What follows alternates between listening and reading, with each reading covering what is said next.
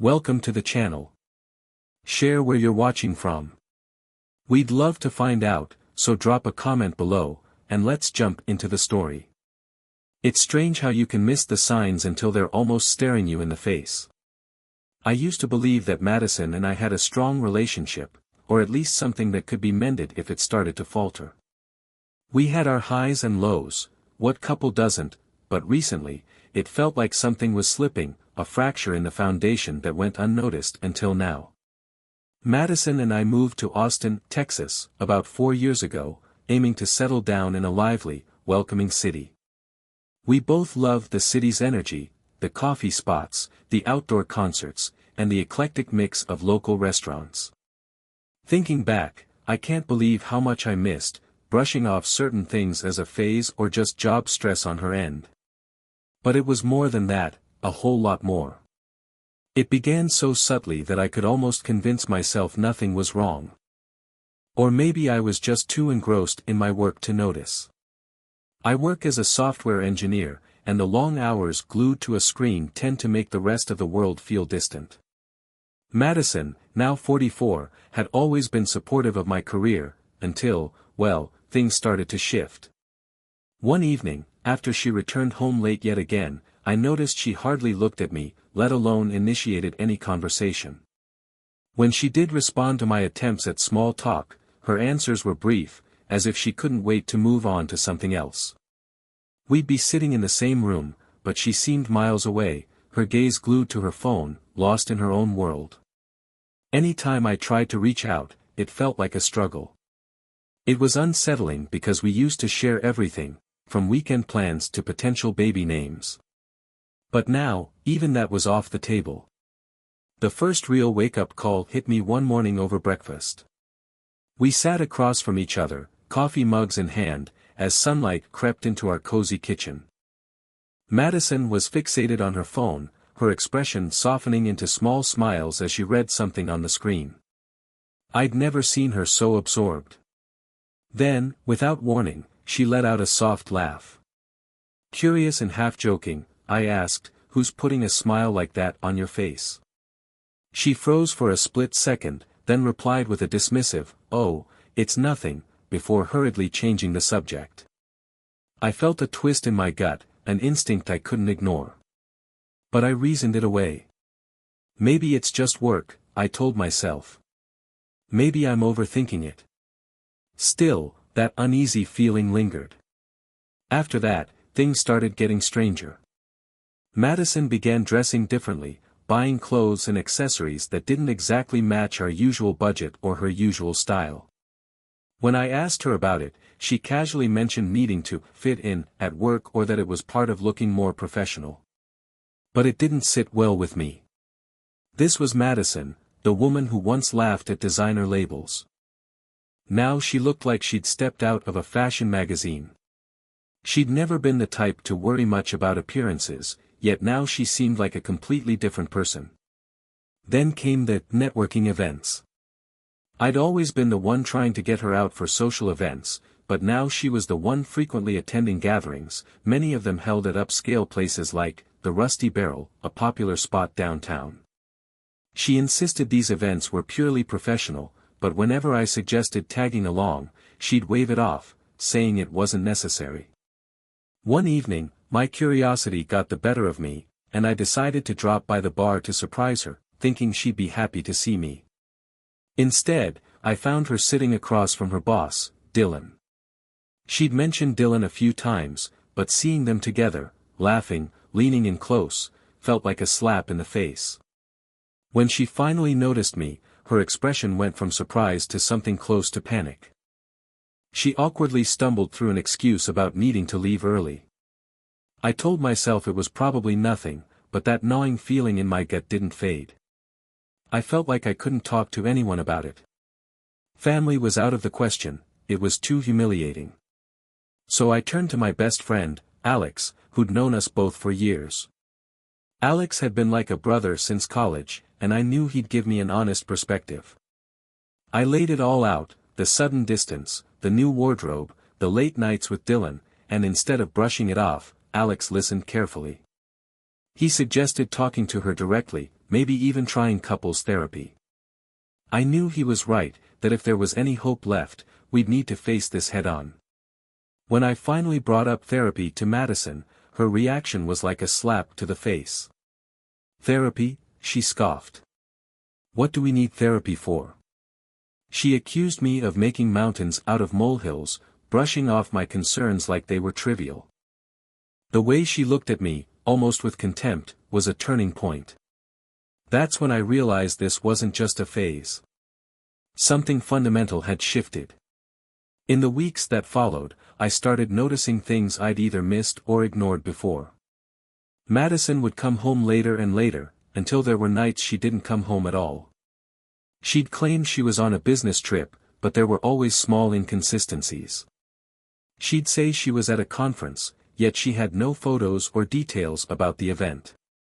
She'd ignore my calls, reply to texts with a single word, and physical affection was practically non-existent. Her usual responses were dismissive, "I'm exhausted," or "maybe tomorrow," like I was a mere inconvenience rather than her husband. Even when she was physically present, it felt like her mind was somewhere else. Unable to keep ignoring it, I decided to find answers. I did something I never thought I'd do, I started snooping. I checked her social media, scanned through her recent call logs, and even took a look at her credit card statements. At first, I found only small, strange expenses that didn't add up. But then, I discovered something concrete: receipts for hotel stays in nearby towns, restaurant charges at places she never mentioned, and purchases that weren't for our home or anyone we knew. Each bit of evidence felt like a wound, and piece by piece, I began to put the reality together. I'd always thought of Madison as my partner, my confidant, but now I felt like I was living with someone I hardly knew. And as painful as it was, I couldn't bring myself to confront her yet. I wasn't ready to hear whatever excuse or explanation she'd come up with, because deep down, I knew I'd already crossed a line of no return. One night, I found myself alone in the kitchen, staring at her work laptop. She'd left it on the counter, rushing out to another urgent meeting. I'd spent too many hours wondering where she was, imagining her with him, my mind racing with questions. The laptop felt like it held the answers I'd been searching for, like a lifeline out of the darkness of uncertainty. I hesitated, my hand hovering above the lid. Opening it would mean crossing an unspoken boundary, and part of me still clung to respecting her privacy. But then, who was I kidding? She'd broken that trust the moment she decided to keep secrets. With a shaky hand, I finally opened the laptop, my heart pounding so loudly I could barely hear anything else. The screen lit up, and I saw her email inbox, left open as if daring me to look. I told myself, if I find nothing, I'll close it and never bring this up.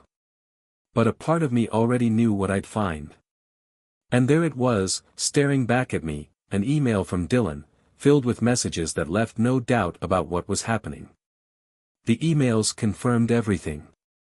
They were filled with flirtatious exchanges, like, "Can't wait for tonight's meeting," and, "You looked amazing yesterday."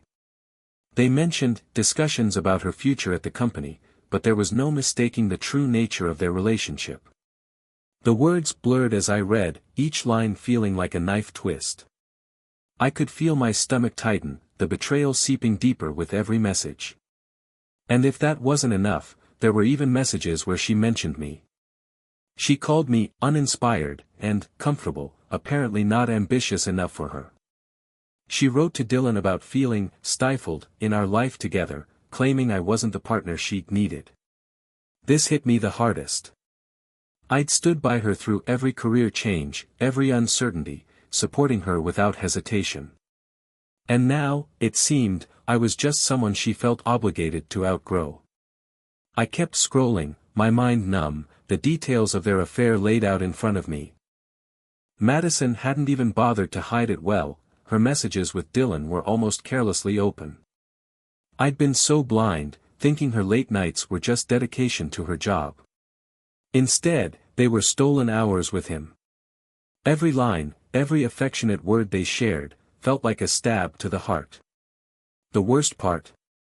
Seeing how she described me to him, as if I were just an inconvenience in her life. She spoke about me like I was an obstacle, something holding her back from true happiness. The woman I thought I loved, the woman who once saw me as her partner, was now a stranger. And she clearly had no regard for the man waiting at home, who trusted her. I couldn't keep it all in. That night, I called Alex. He'd been my confidant through the suspicions, the sleepless nights. I told him everything, the emails, the lies, the betrayals I'd uncovered. He listened quietly, taking in every painful detail. Then, he suggested something I hadn't thought of, contacting Dylan's wife, Sarah. Maybe she was going through the same nightmare, blindsided like I was. The idea made sense.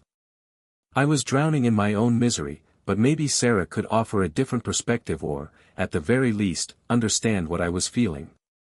I found her on social media and sent a careful message, trying to explain my situation without sounding unhinged. I didn't expect much, but I needed answers, and she seemed like the only person who'd understand. The next morning, Sarah replied. She was blunt and straightforward, almost as if she'd been expecting something like this. We agreed to meet at a cafe on the outskirts of town, a place called Willow Grounds. When I walked in and saw her, I knew immediately she was living through her own private hell. She looked drained, her eyes holding that familiar pain. Without needing to say much, I shared what I'd found, and she nodded, her expression hardening with each word. As Sarah began to talk, I could see a mix of anger and exhaustion on her face. She shared her own suspicions, explaining how Dylan had been coming home late with flimsy excuses and claiming he had important meetings that often required overnight stays. She'd brushed it off at first, but the patterns were becoming too frequent, too obvious. Sarah had noticed the same subtle changes in him that I'd seen in Madison, the sudden attention to appearance, the new clothes, even a different cologne. But what she shared next was a shock.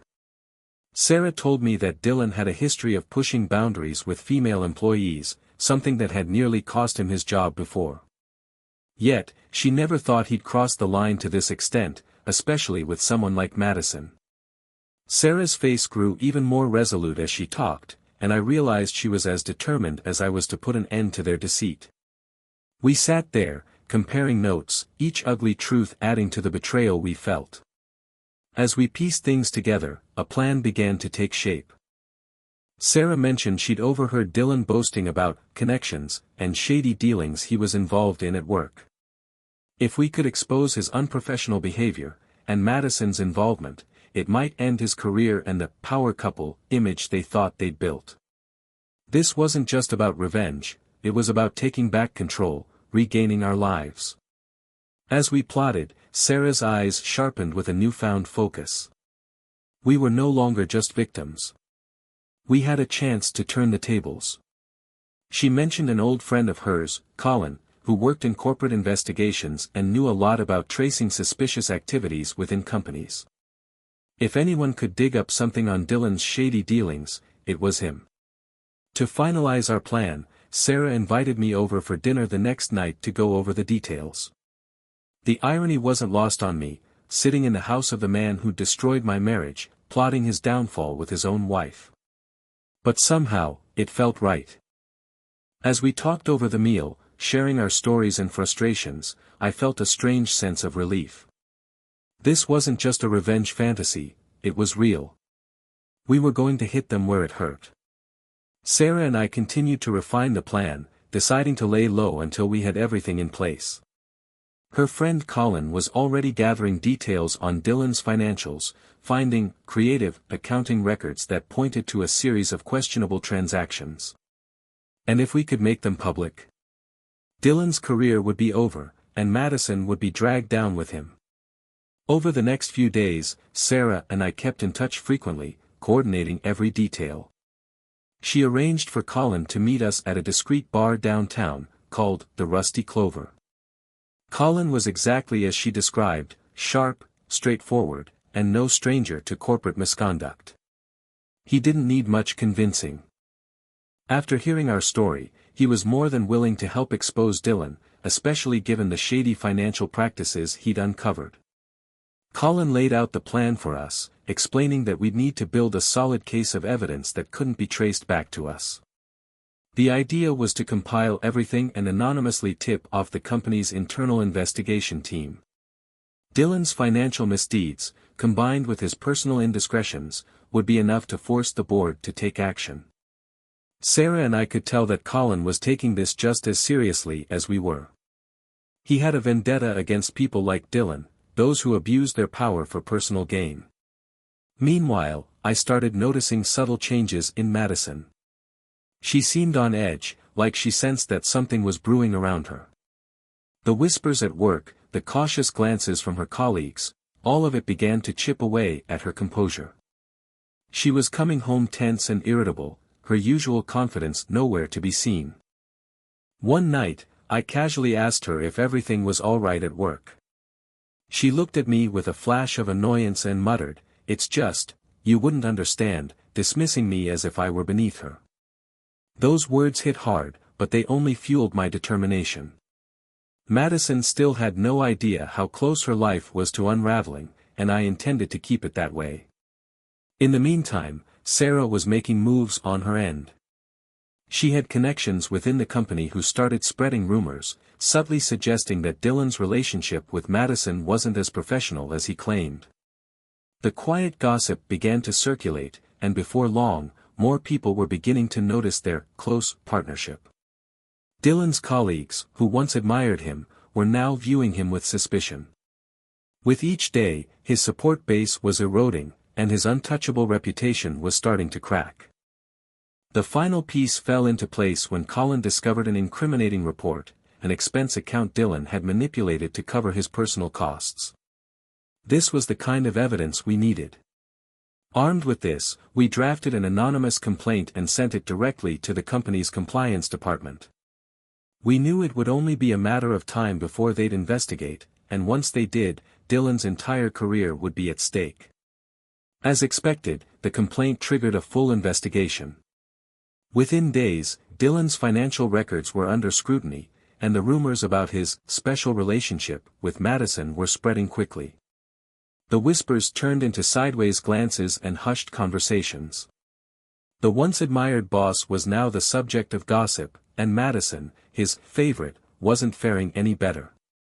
She began coming home visibly strained, her usual self-assured demeanor cracking under the weight of the rumors. One evening, there was a big company event at a high-end hotel downtown, the kind of event Madison usually insisted I skip. But this time, I decided to attend. I dressed sharply, determined to make a statement. When I walked in, the surprise on Madison's face was unmistakable. She looked uneasy, probably wondering what I was doing there. I joined a group of her colleagues and, with a polite smile, said, "Madison, how's everything with Dylan these days?" The room went silent, and Madison's face paled. She tried to brush it off, laughing nervously, but the damage was done. Her co-workers exchanged glances, and the gossip began spreading like wildfire. After the event, Madison confronted me, furious. But I didn't let her rattle me. "Maybe next time, you'll think twice before underestimating me," I told her, and walked away, leaving her standing there, speechless. Her life was beginning to unravel, and she knew it. Meanwhile, Sarah and I kept pushing forward. With Colin's help, we leaked more details to the investigation team, including evidence of Dylan's falsified expense reports and inappropriate conduct. The internal investigation soon escalated, and Dylan was facing questions he couldn't dodge. His desperation was evident. He tried to spin the situation, but it was clear his back was against the wall. As the investigation intensified, Dylan's downfall accelerated. His colleagues turned their backs on him, and even his closest allies began distancing themselves. Madison, too, was feeling the consequences. The career she tried so hard to build on lies and manipulation was slipping away, her reputation shattered by her association with him. Then came the final blow. Colin had managed to obtain a report that detailed every fraudulent expense Dylan had hidden. It was hard evidence, impossible to refute. We submitted it to the company anonymously, and they had no choice but to launch a full-scale audit. The audit was swift and unforgiving. Dylan's entire web of deceit was unraveled in front of the company's board, and with every piece of evidence, his career crumbled. Soon after, Dylan was not only terminated but faced potential legal action for the financial misconduct. His once glowing reputation was left in ruins, and as he fell, he took Madison down with him. For Madison, the fallout was brutal. Her association with Dylan had tainted her career. She became the subject of office gossip and judgmental stares. Those who once respected her now saw her as complicit in his schemes. Even her family, her constant supporters, were disappointed. When she reached out to her parents, seeking sympathy, they refused to condone her actions, leaving her to face the consequences alone. As for me, I knew there was only one way to move forward. I filed for divorce. When I handed Madison the papers, she seemed shocked, as if she hadn't fully grasped how deeply her betrayal had cut. She tried to downplay everything, calling it just a lapse in judgment, but I was past listening. I looked her in the eye and told her it was over.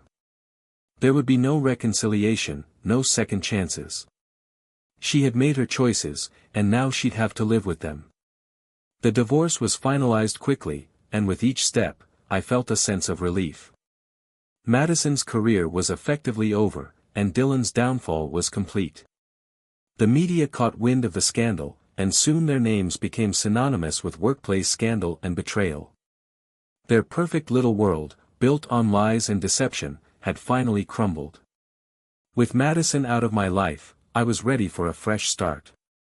This is where Haley came in. She'd been a friend who stood by me through everything, offering support without expecting anything in return. After the dust settled, Haley and I decided to start a small business together, something we both dreamed of. Working with her was like a breath of fresh air, a reminder that honesty and trust were still real. Over time, Haley became more than just a friend. She was my partner, in business and in life, and for the first time in a long time, I felt valued for who I truly was. Together, we built a life based on trust, and I was able to finally put the bitterness of the past behind me. As for Madison, she was left with nothing but the ruins of her own choices. Dylan's reputation was shattered, his career over, and Madison's future was just as bleak. She had burned every bridge, alienated those who once supported her, and lost everything she thought she'd gained. In the end, I found peace. My life was simpler, but it was filled with the genuine happiness that Madison could never understand. With Haley by my side, I was ready to embrace a new future, one built on trust, honesty, and real partnership. For the first time, I felt free.